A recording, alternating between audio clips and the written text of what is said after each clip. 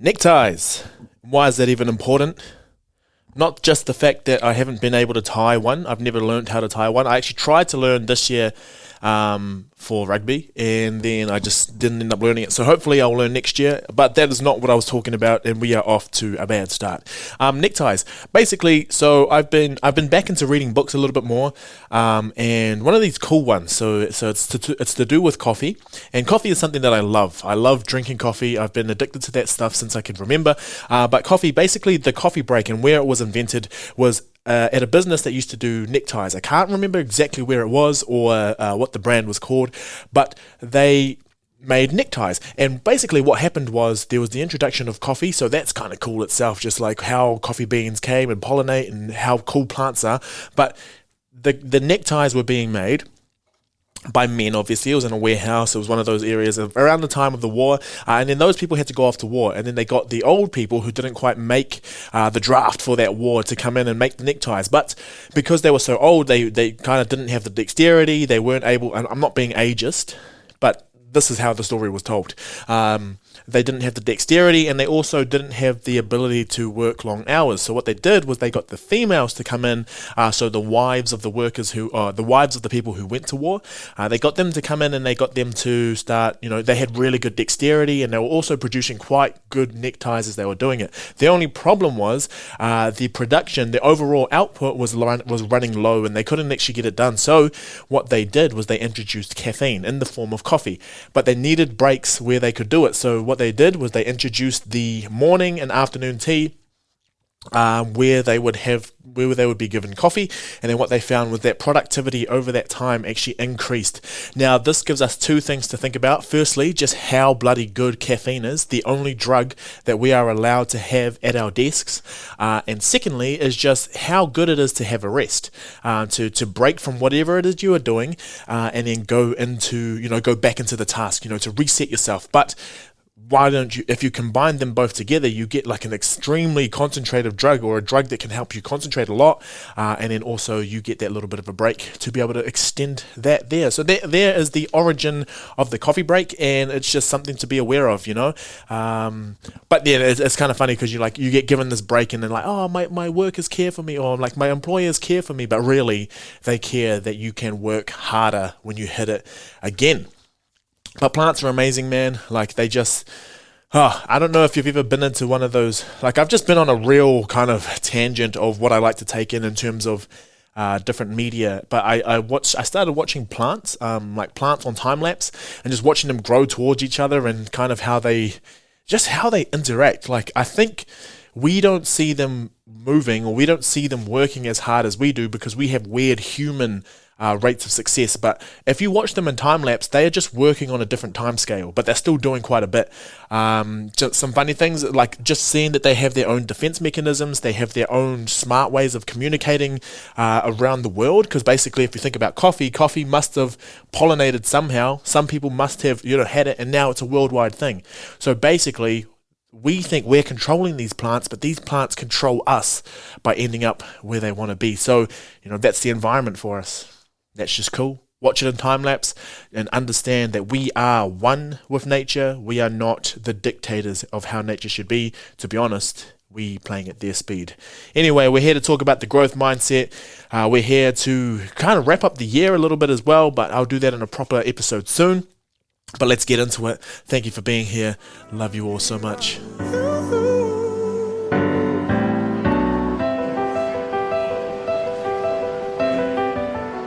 Have you ever heard that before?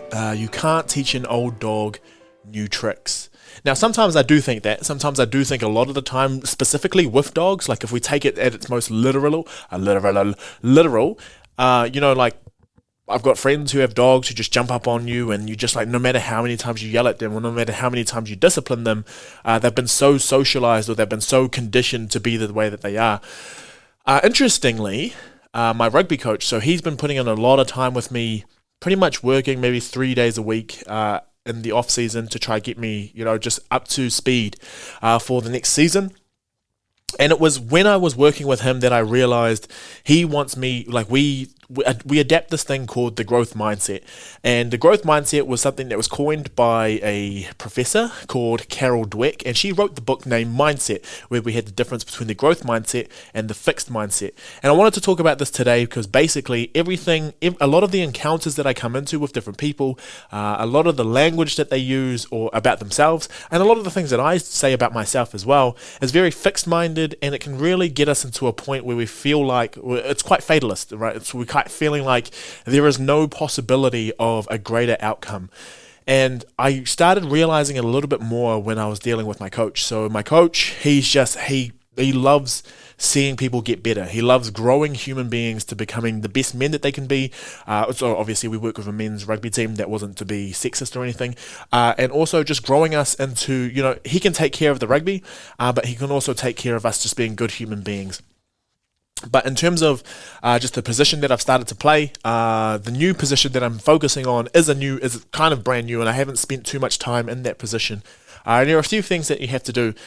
And what he said to me is, you've heard the saying, you can't teach an old dog new tricks. And he said, unless you're willing to put in the mahi and you believe that dog can do that.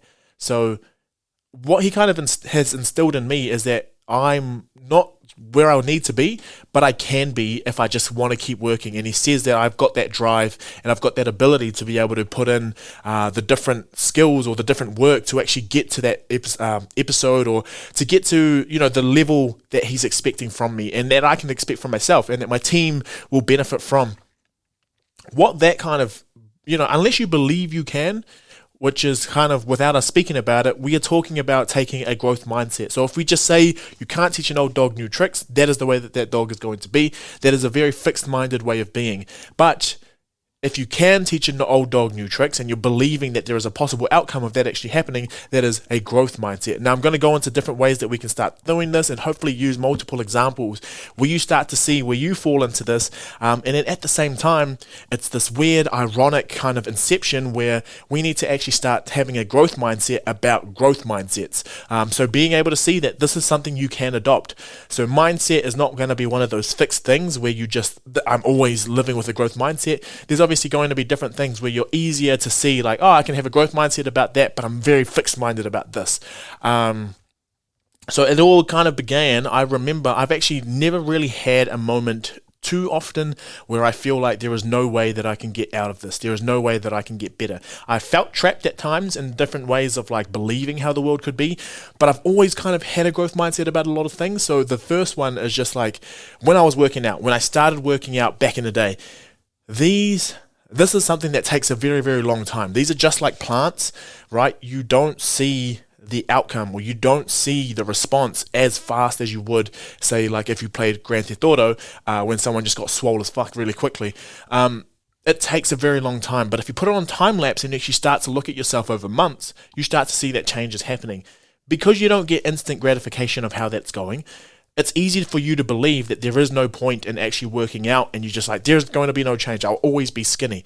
That is a fixed-minded way of doing it. And then there's the growth mindset where you're doing like, I'm doing this to get better every single day because I know that there will be a better outcome. Now, I just read a book called The Ways of the Warrior Kid, and it's by Jocko Willink. Now, Jocko, oh my gosh, everyone can just come at me and just say conservative right, because he was a Navy SEAL himself. But he wrote this book basically because he wanted to instill in children that bullies, like, there are all these bad things that will happen. You'll have negative self-esteem, you'll have bad self-belief, and basically what happened was there was this kid, he couldn't do pull-ups, he couldn't swim, he couldn't really do anything physical, he was quite lacking in his math skills, his reading skills, his history, pretty much just like everything at school was a blunder. He really didn't like school, and then on top of that, he was getting bullied by one of the kid who was the bully at the school, and then over summer, his Navy SEAL uncle comes to stay with him. He trains him and he instills all these different virtues of patience, virtues of having a growth mindset about all of this different stuff, and how you need to work at what you want to be able to have the skills that you want. Now, that's basically having a growth mindset about all of that sort of stuff. Now, if we start to train children to actually see that they are not fixed in the ways that they say they are, or that people believe them to be, then we can actually start having a lot of people who start pushing and challenging themselves to actually become better people. Now, I'm sounding like a preacher right now, but the reason why I say this is because everything that I've done in my life, I have never just been, I've never been the best at what it is, but you talk to anyone who knows me, they will say that there is just this weird drive that I have to become very, very good. It's that I'm competitive with myself, but it's also because I believe that I have the possibility to get better at different things. And I don't like being average at different things. Now, that's just a me thing, but it's what drives me to be good at what I do. So the growth mindset, and I think this is the best thing to start taking in times of transition, because right now it's easy to just write everything off because, COVID this and COVID that, that's why I didn't do this, or that's why I couldn't do that. But really, we're just finding more excuses for us to not actually challenge ourselves and be where it is need to be. Doesn't have to be huge challenges. Like, you don't have to be like, oh man, I've got a growth mindset now and I'm going to go run a marathon. But it might be just like, I can change my physicality. I can change the way that I think about different things. I can change my habits around different things as well. So I think being able to see it with someone who believed it in me, but also for me to start seeing it in other people, to see that, there is going to be a light at the end of the tunnel. And if you are looking for that light, or you're helping people to see that light at the end of the tunnel, I think it makes us more productive people, and it makes us all, I think, a bit more willing to be kind and a bit more willing to be empathetic towards one another. So the first thing you need to ask is, can things change? Do things have the possibility to change in terms of what you can do? If you always say yes, or there is a possibility that you can kind of work around something, that is a growth mindset. You are adopting a growth mindset. But if you always say things will always be the way that they are, that's just the way it is. It is what it is. That is a fixed mindset, and that's the kind of stuff that kind of just, it sets us, it boxes us or categorizes us into, that's just how it is, and then you just accept it and move on. And that's, I think in some instances, like, this is very context dependent. I think in some instances, it's easier not to save actually energy on things that are going to take a very, very long time. But in most cases, I think there is a possibility for change. And if you take that mentality with you, then you actually can see if there is a possibility for change. So let's just get into a few examples about this, and let's try to really kind of hone it in a little bit, and I'll try to use some strategies that we can have to actually get us going on with the different things. But basically, if you think about the challenges, or if you think about something that you're going to go through, there will always be an objective truth, right? And this is what I've always said, is that you would always have an objective truth, but then it is the meaning that you assign to it that decides whether it's a good or bad thing. So nothing's good or bad, it's just how you interpret it. I've said that multiple times, so thank you for listening again to me say it again. But basically, you have an objective truth, right? So say you're doing a test, say you're doing a skill or something like that, or you're trying to hit a number on your lift. The objective truth is whether or not you do it. So you can be fixed-minded whether you succeed or not. So let's break this down. If you fail a test, for example, the objective truth is that you didn't hit 50% of the test to actually pass it or get the requirements of that test. The subjective truth is what you then decide from there. If you're growth-minded, you'll be like, okay, what is it that I can look at to actually improve myself, or what is it? So I didn't quite do well on that test, but I am not dumb. It's not to talk about my intelligence. It's more just that test I was not prepared for, or that test I bombed out on, right? That's the objective truth, is that you bombed out on the test. What you tell yourself after that is whether you're growth-minded or not. Do you have a growth-minded approach, or do you have a fixed-minded approach? The fixed-minded approach would be like, I bombed out on that test, I am dumb. The growth-minded is, I bombed out on that test, okay, what can I do? What are the things that I can do to actually be better so that I can improve? There may not be a chance to resubmit on the test, but for the next time something comes up, you have more preparation for that sort of thing. So it's either I'm a failure, or I failed. And how can I overcome this? Or I've been kind of revealed as someone who is unintelligent. Now that kind of comes into the types of challenges that you start to take on as you go through this different things. Do you have the people who have the fear of failure, or the people who just want to kind of do enough to challenge themselves to actually get better. So from there, because you think you're unintelligent, you start to see, who else failed, or you start to see like how far ahead of the people who failed you were in comparison to the people at the top. So people always talk about surrounding yourself with different people, and what I found in rugby is that I'm trying to hang out with the people who are so good, because it's easy for me to just like take go play a game with someone who's not as good as me. Or for example, with my hooker throwing, so actually throwing the ball into the line out, I just paired up with the best thrower in our team, and he's probably the best thrower in the comp. And I've just been throwing with him, and I've just looked like an absolute idiot throwing next to him, but I've been challenging myself by throwing with him to actually get better. Now, it's easy for me to just be like, oh man, I suck, he's so good, oh gosh, there's no way I can be as good as him. But really, I'm using every opportunity that I have with him to actually get as good as I can, because I have access to these people. That's the same with the types of challenges that you set yourself, because some people don't want to be revealed because they feel like, oh no, if I do this test or if I go and get this done, people are going to see just how bad I actually am. But really, it gives us a baseline, or it gives us something to work with, because we know that if we have a growth mindset about it, we can actually start to get better. We can actually start to see where we were and then use that as an opportunity or a vantage point to actually see, if we put in some skills, where can we be, right? We're only comparing ourselves to ourselves. I think the problem is we believe that other people are then going to start judging us based on how our performance was. But most people are so, like I've said multiple times, most people are so focused on their own stuff that they don't really think about this at all. So with the growth mindset, if we think about our intelligence, if we think about how it is that we conduct ourselves, we look to clarify what things were going wrong. We look to clarify the types of things that we can do to be as good as we can possibly be. They're the types of people who ask questions, and they're also the types of people who try a lot and they're not scared of failing. Because if they fail, they just see that as an opportunity to be able to become better, or an opportunity to actually get some feedback on, like, how could I actually do that better? And this is something that I found with rugby now, that I'm so comfortable. I know that I'm not very good. I know that there are so many skills that I need to learn, and everyone else knows that as well. Everyone else knows that we go to training so that we can train the skills to become better, because we know that we're going to, it's going to be an advantage for each and every one of us, because it's a team sport.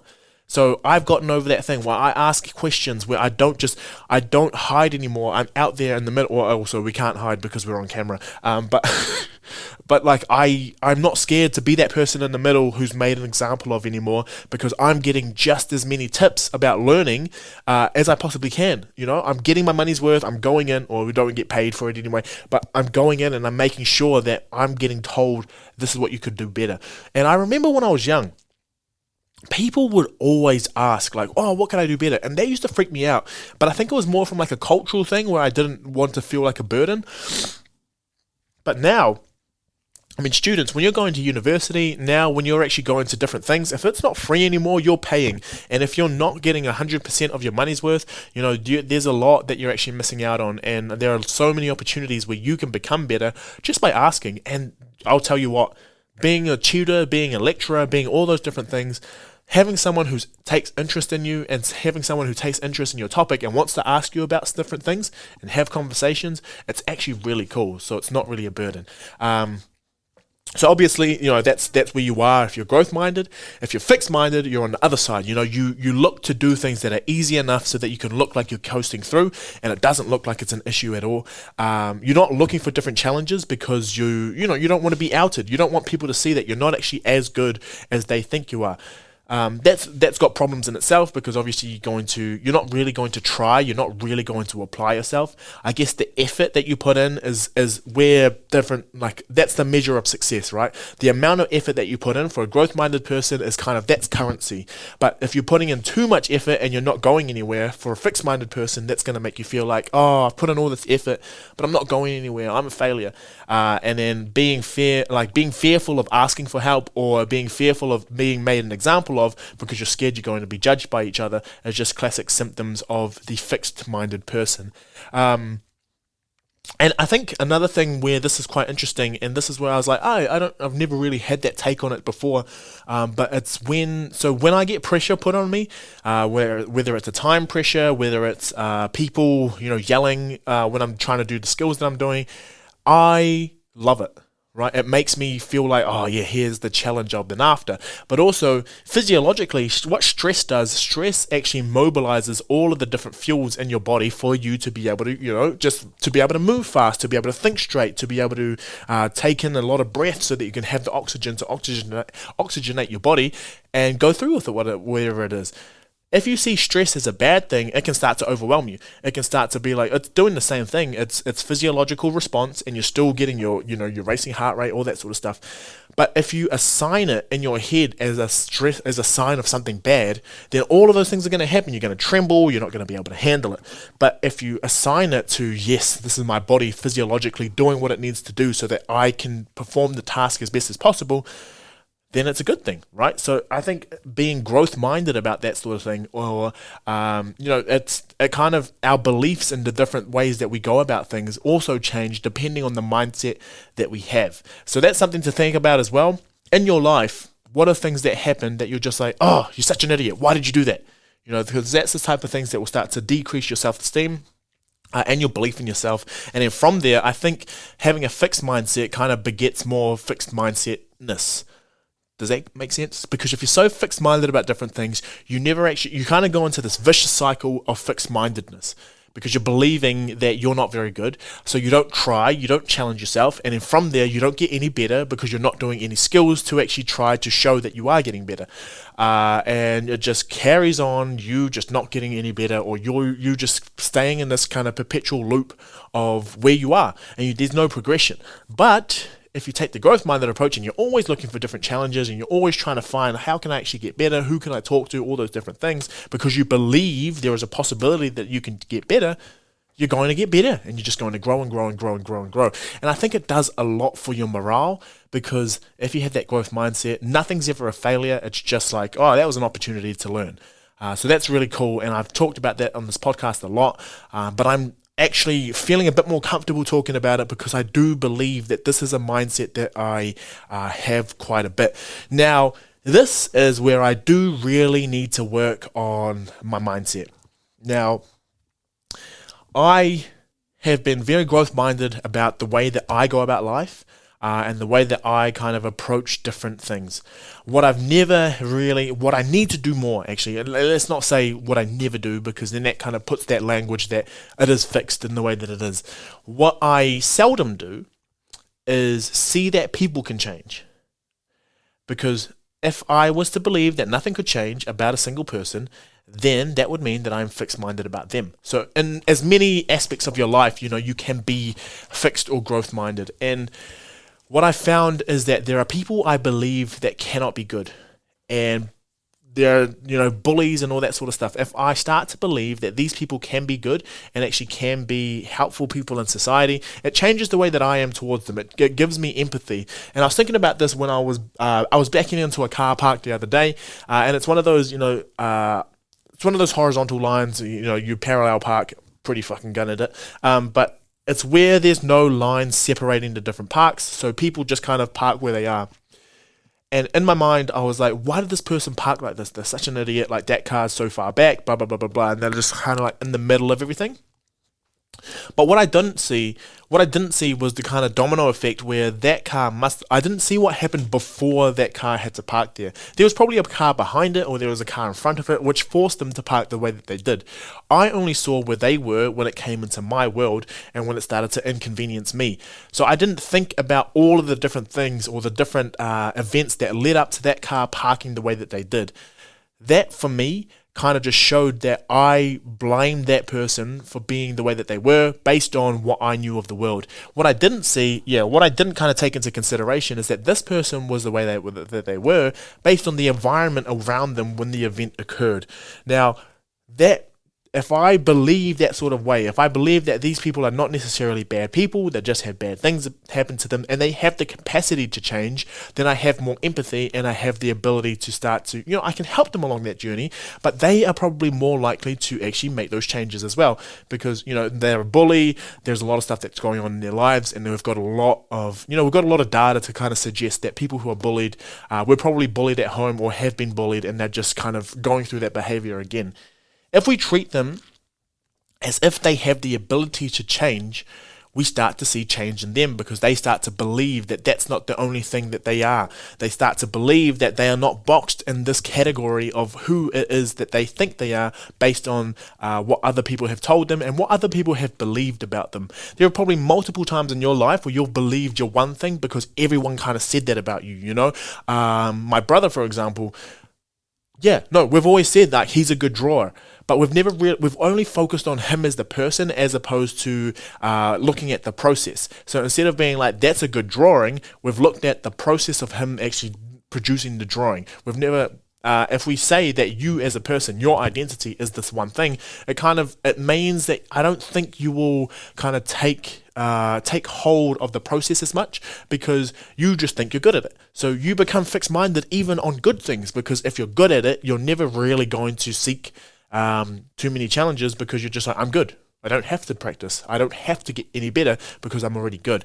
But wherever there is a possibility, wherever there's a skill, wherever there is a moment in the day where you open your eyes and you are breathing, there is always an opportunity to get better. So if you just think about, Freedom Riders, Coach Carter, Sister Act, all of them are based on bad kids.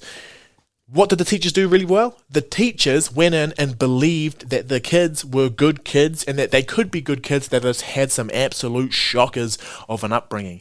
And what happens in the end?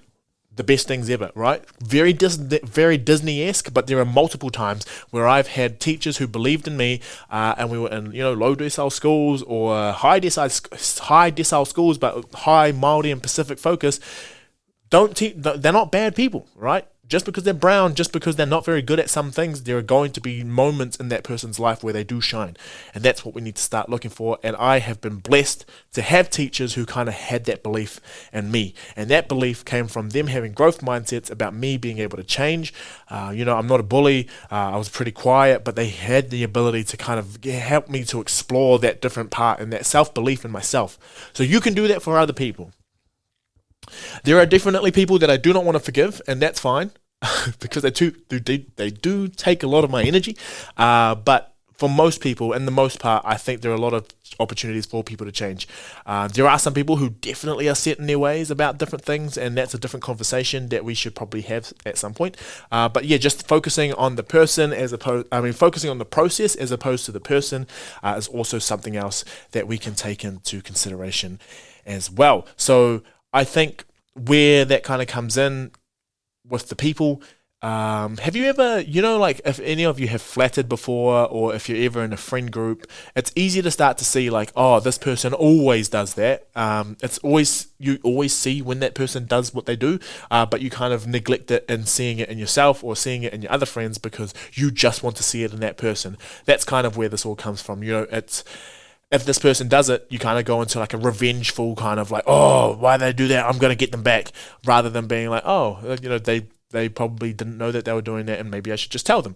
And then you have kind of more a peaceful approach. And I tell you, every single time, they didn't know that they were being annoying, except this one person who's always annoying. Just fuck. Anyway. So a few strategies. If you are fixed-minded, just like anything in meditation, start to believe, start to think it's not your fault, okay? There's a reason we come up with these defense mechanisms. There's a reason that we start to feel defensive about different things. Just observe them and be like, oh man, why am I feeling like this? Cool, oh, okay. Maybe I'm feeling like this because I haven't actually prepared as well as I could have for this challenge. So observe them, take it in. Alrighty, cool. For the next time, I'll start to see where it is that I can make the change. mindsets are shaped by language. So just remember, if you're always doing things, that's me, that's my identity. You believe that you become boxed into that's the way that you are, that's the only way that you can act, and that's the only way that you can behave. So instead of saying you always do this, just saying like, oh, sometimes you do this, or sometimes, this happens when this happens. Once you're aware of it, you can actually start to see where the patterns occur, and then you can start to make the changes from there. And then the last one is just focusing on the person, focusing on the process as opposed to the person. The person is not good at something; they are good at the process, right? So this person this person draws well, or this person, runs good lines, or that was a good line, as opposed to he runs good lines. Because then you can start to see like, oh, well, he always runs good lines, as opposed to he's doing something well to run good lines. The process was good, the action was good, but that person doesn't inherently do it well, if that makes sense. They do it well, okay? Don't get that twisted, but there are, things that person can do to actually get better, because you don't want them to start to believe that that's all they've got. Otherwise, they won't work at it anymore. So just with the personality test that we've done in the past and all that sort of stuff, something I need to always say is that, it's easy for us to start to box ourselves in and start to believe that that's the way that we are and that's the only way that we can be, but that's not necessarily true. It's not true ever, actually. If you think about the different careers that I've had in my short time, and I've kind of climbed to the top of a lot of them, that's not because I'm naturally good at all these different things. It's just because I got in there and I believed that there is work to be done. I challenged myself to get good at them. I've surrounded myself with some of the best people, and I've been blessed to actually have that opportunity or the resources around to actually help me get there. And I've just been extremely lucky. But I've taken my opportunities, and I've tried, and I've failed, and I've learned from my failures, and now I laugh at a lot of them. And just one more thing, if you're not quite there, and you're feeling like, there's still things that you need to work on, something I've always told myself, or something that people used to always say to me is like, oh, I can't quite do this. And I'll just be like, not yet, but you will. And then after that, you can't just keep saying it. You actually do need to put in the mahi and actually get the work done. Remember, you can't teach an old dog new tricks, but you can if they are willing to believe that they can learn the new trick and they are willing to put in the work. So you still need to put in the work. Having this positive mindset about different things and having the growth mindset is just one belief. That's just one start. That's just one way of seeing, okay, there is a possibility for change, but then you do need to put in that work to make that change. So anyway, we are getting closer to Christmas. I am going back to Wellington, actually up to Taranaki for a little bit, and I'm going to be working my ass off trying to get as much work done as possible. I will have a few guests in, and I'll just be trying to keep in touch with you as much as possible. As always, thank you for supporting the podcast. We just saw that we have been in, over 50 cities worldwide and also over 18 countries in the last year.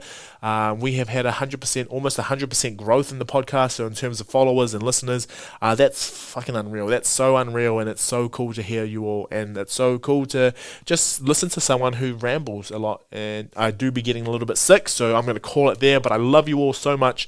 Thank you for riding with me. Up the mighty Broncos.